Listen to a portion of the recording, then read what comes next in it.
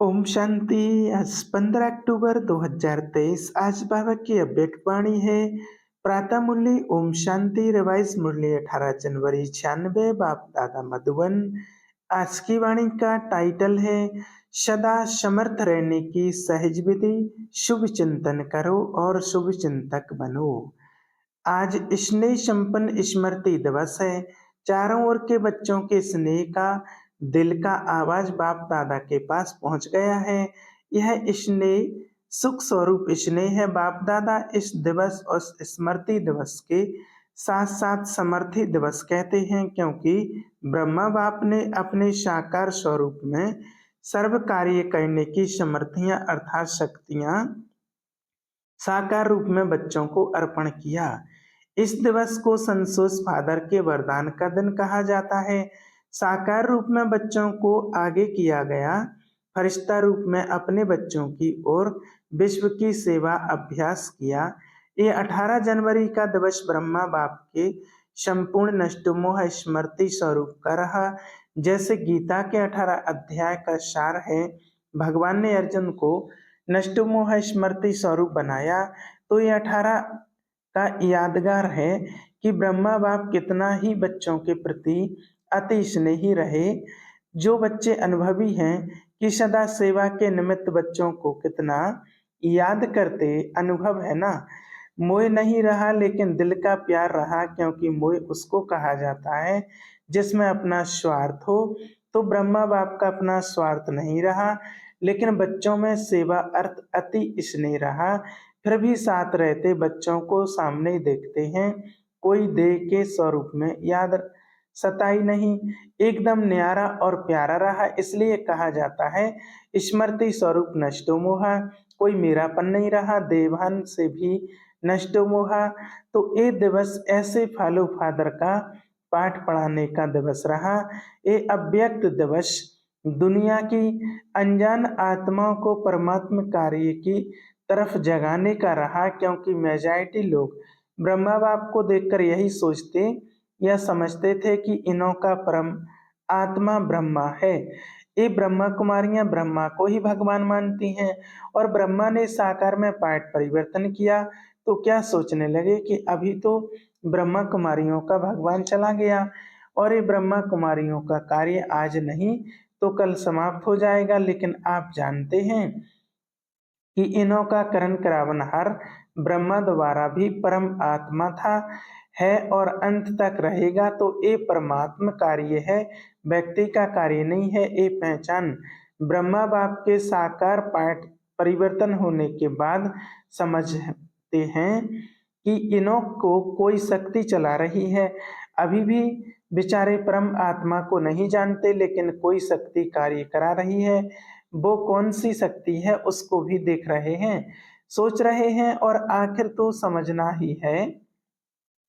तो किसका कार्य है, ब्रह्मा बाप का या परम आत्मा का? ब्रह्मा द्वारा किसका कार्य है? जो बच्चे साकार के बाद में आए हैं वो सोचते हैं कि ब्रह्मा बाबा ने अपना साकार पाठ इतना जल्दी क्यों पूरा किया, हम तो देखते ना, हम तो मिलते ना, सोचते हो ना। लेकिन कल पहले का भी गायन है कि कौरव सेना के निमित्त बने हुए महावीर का कल्याण किस द्वारा हुआ, शक्ति द्वारा हुआ ना। तो शक्तियों का पाठ ड्रामा में साकार रूप में नूंदा हुआ है, और सब मानते भी हैं कि मात्र शक्ति के बिना इस विश्व का कल्याण होना असंभव है। तो ब्रह्मा बाप फरिश्ता क्यों बना, साकार पाठ परिवर्तन क्यों हुआ? अगर ब्रह्मा बाप फरिश्ता रूप नहीं धारण करता तो आप इतनी आत्माएं यहाँ पहुंच नहीं पाती, क्योंकि वायुमंडल की भ्रांतियां इस विश्व क्रांति के कार्य को हल्का कर रही हैं। तो ब्रह्मा बाप का फरिश्ता बनना आप ज्यादा से ज्यादा बच्चों के भाग्य खुलने का कारण रहा। अभी फरिश्ते रूप में जो सेवा की फास्ट गति है वो देख रहे हो ना। फास्ट गति हुई या कम हुई? फास्ट गति है ना, हुई ना। तो फास्ट गति हुई तभी आप यहाँ पहुंचे हो, नहीं तो सोए हुए थे अच्छी तरह से। तो आज का दिवस ऐसा नहीं है जैसे लोग मनाते हैं, चला गया चला गया। लेकिन उमंग उत्साह आता है कि फॉलो फादर, हम भी ऐसे स्मृति स्वरूप नष्टोमोहा बने। ये प्रैक्टिकल पाठ पढ़ने का दिवस है। आज आप किसी के भी दिल से दुख के आंसू निकले निकले या अंदर अंदर थोड़ा आया, किसको दुख की थोड़ी सी लहर आई, वो हाथ उठाओ। दुख हुआ नहीं हुआ, आज के दिन तो ब्रह्मा बाप को सेवा का साथी बनाने का दिन है। आप सब साथी हो कि साक्षी हो? सेवा में साथी और माया के परिस्थितियों से साक्षी। माया को तो वेलकम किया ना, कि घबराते हो, हाय क्या होगा क्या हो गया, थोड़ा थोड़ा घबराते हो। माया के हल्के हल्के रूपों को तो आप भी जान गए हो, और माया भी सोचती है कि ये जान गए हैं, लेकिन जब कोई भी विकराल रूप की माया आवे तो सदा साक्षी होकर खेल करो। जैसे वो कुश्ती का खेल होता है ना, देखा है कि दिखाएंगे, यहाँ बच्चे करके दिखाते हैं ना, तो समझो कि ये कुश्ती का खेल खेल रहे हैं, अच्छी तरह से मारो, घबराओ नहीं, खेल है। तो साक्षी होकर खेल करने में मजा आता है। और माया आ गई तो घबरा जाते हैं। कुछ भी ताकत अभी माया में नहीं है, सिर्फ बाहर का शेर का रूप है, लेकिन बिल्ली भी नहीं, सिर्फ आप लोगों को घबराने के लिए बड़ा रूप ले आती है।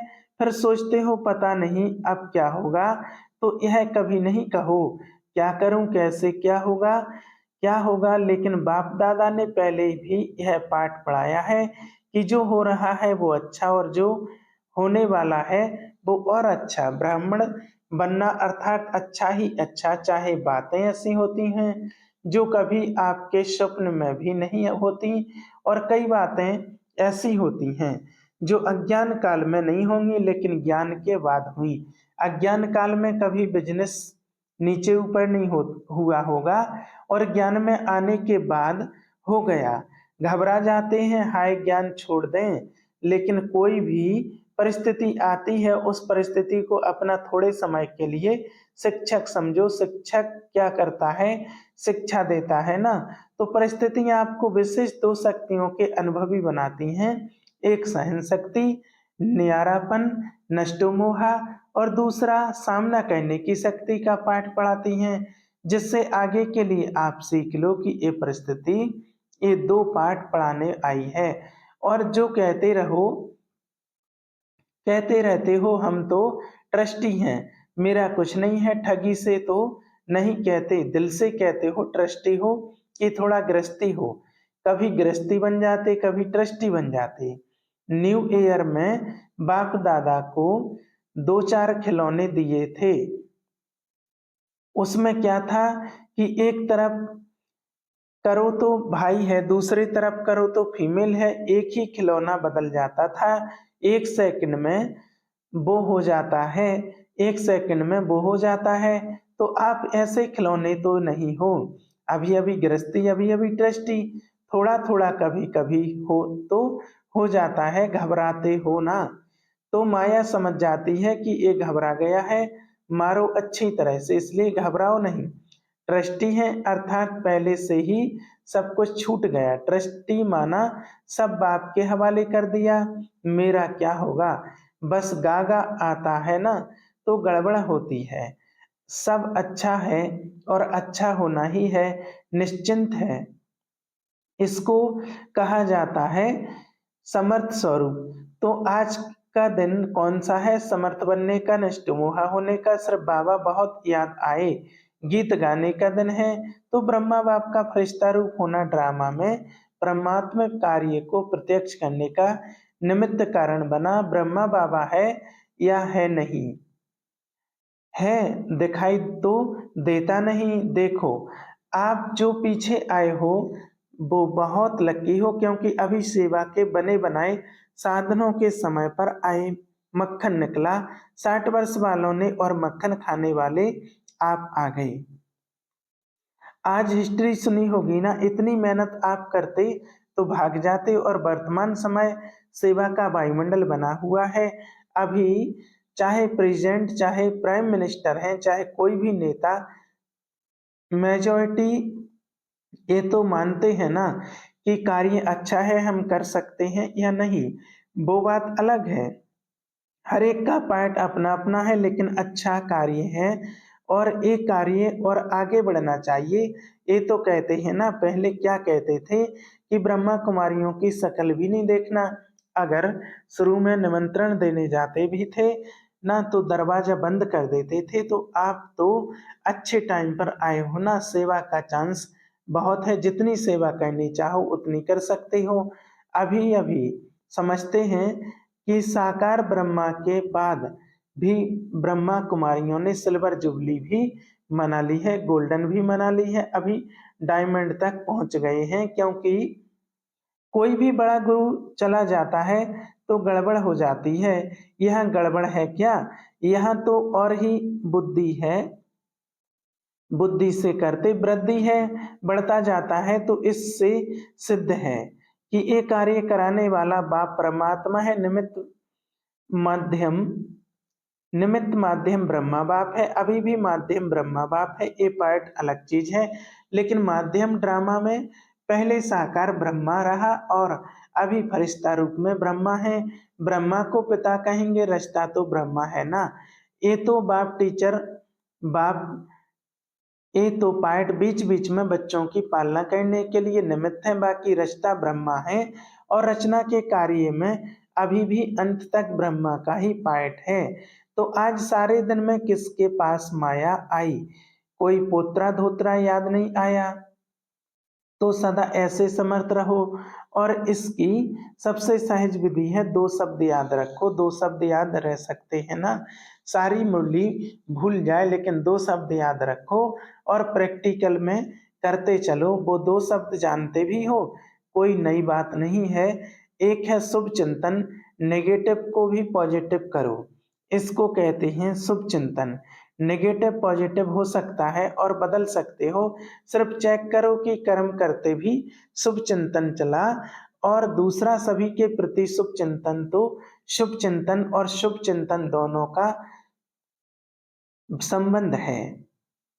शुभ चिंतक और शुभ चिंतन दोनों का संबंध है। अगर शुभ चिंतन नहीं है तो शुभ चिंतक भी नहीं बन सकते। इसलिए इन दो बातों का टेंशन रखना। समझा क्या करेंगे, यही नहीं भूल जाना। क्योंकि अभी देखा गया है कि बहुत ऐसी समस्याएं हैं, लोग हैं जो आपके वाणी से नहीं समझते, लेकिन शुभ चिंतक बन, शुभ वाइब्रेशन दो तो बदल जाते हैं। और एक बात से मुक्त भी होना है। इस ब्राह्मण जीवन में मुक्त होने वाले को ना, मुक्त होने की 9 बातें बता दी। अगर इन 9 बातों में से मुक्त हो गए तो 9 रत्न बन सकते हैं।